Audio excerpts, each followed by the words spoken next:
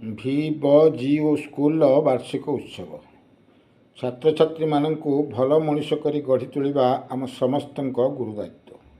Brahmapur ଅଙ୍କୁଲିସ୍ଥିତ VBGO ସ୍କୁଲର ନବମ ବାର୍ଷିକ ଉତ୍ସବ ଅବସରରେ ସାଂସଦ ଶ୍ରୀ ପ୍ରଦୀପ କୁମାର ପାଣିଗ୍ରାହୀ ମୁଖ୍ୟ ଅତିଥି ଭାବେ ଯୋଗଦେଇ ଛାତ୍ରଛାତ୍ରୀମାନଙ୍କୁ ଭଲ ମଣିଷ କରି ଗଢ଼ି ତୋଳିବା ଆମ ସମସ୍ତଙ୍କ ଗୁରୁଦାୟିତ୍ୱ ବୋଲି ଉଦ୍ବୋଧନ ଦେବା ସହ VBGO ସ୍କୁଲର କମ୍ ସମୟ ମଧ୍ୟରେ ଭଲ ଶିକ୍ଷା ଯୋଗୁଁ ସୁନାମ ଅର୍ଜନ କରିପାରିଥିବାରୁ ଭୁରି ଭୁରି ପ୍ରଶଂସା କରିଥିଲେ।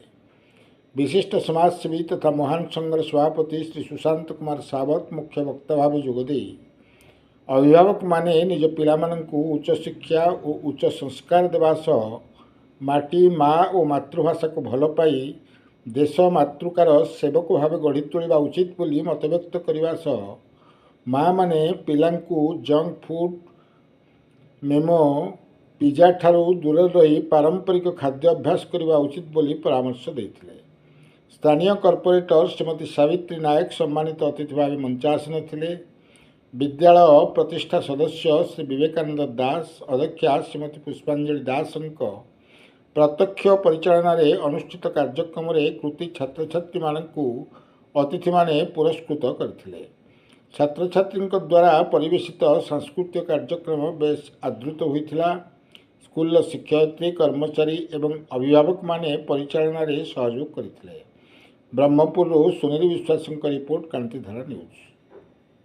ଆଜି ବିଦ୍ୟାଳୟର ବାର୍ଷିକ ଉତ୍ସବ ଅବସରରେ ମୁଁ ସମସ୍ତ ବିଦ୍ୟାର୍ଥୀ, ଅଭିଭାବକ, ସ୍କୁଲର ଗୁରୁମା, ପ୍ରତିଷ୍ଠାତା ବିବେକ ସାନ ଭାଇ ଏବଂ ତାଙ୍କ ସମସ୍ତଙ୍କୁ ମୁଁ ପ୍ରଥମେ ଶୁଭେଚ୍ଛା ଜଣାଉଛି।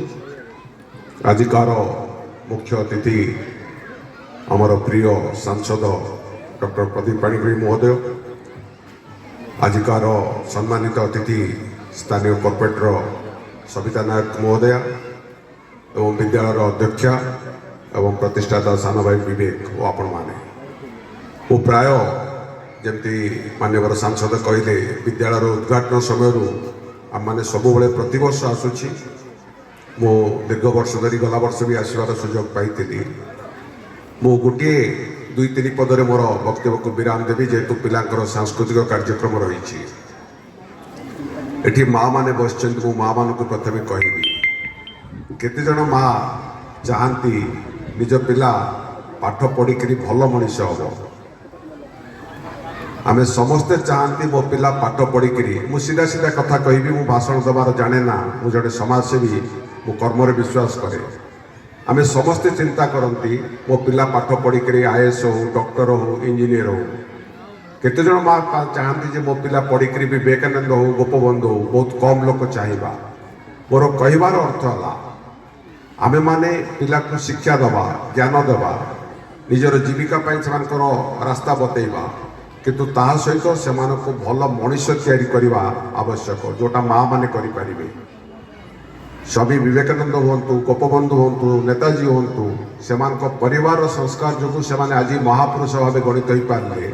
ତେଣୁ ଆମେ ସମସ୍ତେ ଚାହାନ୍ତି ପିଲାକୁ ଉଚ୍ଚ ସ୍କୁଲରେ ପଠାଇବା, ଡୋନେସନ୍ ଦେଇକି ବଡ଼ କଲେଜରେ ପଢ଼ାଇବା, ତାପରେ ପିଲାଟା ମୋର କ'ଣ ହେଲେ ଗୋଟେ ଜୀବିକା ଭିତରେ ନୌକରି କରୁ।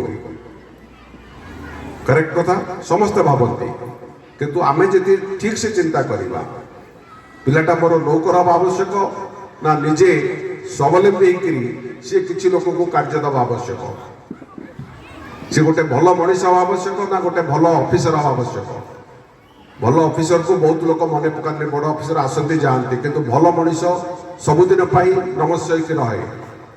ତେଣୁ ମୋର କହିବାର ଅର୍ଥ ହେଲା, ଆମେ ପିଲାକୁ ସଂସ୍କାର ଦେବା, ମାଟିକୁ, ମାଆକୁ, ମାତୃଭାଷାକୁ ଭଲ ପାଇବାର ଶିଖେଇବା। ଏଠୁ ପାଖରେ ନିକଟରେ ରାମଚନ୍ଦ୍ରପୁରରେ ମୋର ଗୋଟେ ଜରା ନିବାସ ଅଛି। ଜରା ନିବାସରେ କୋଉମାନେ ରହନ୍ତି?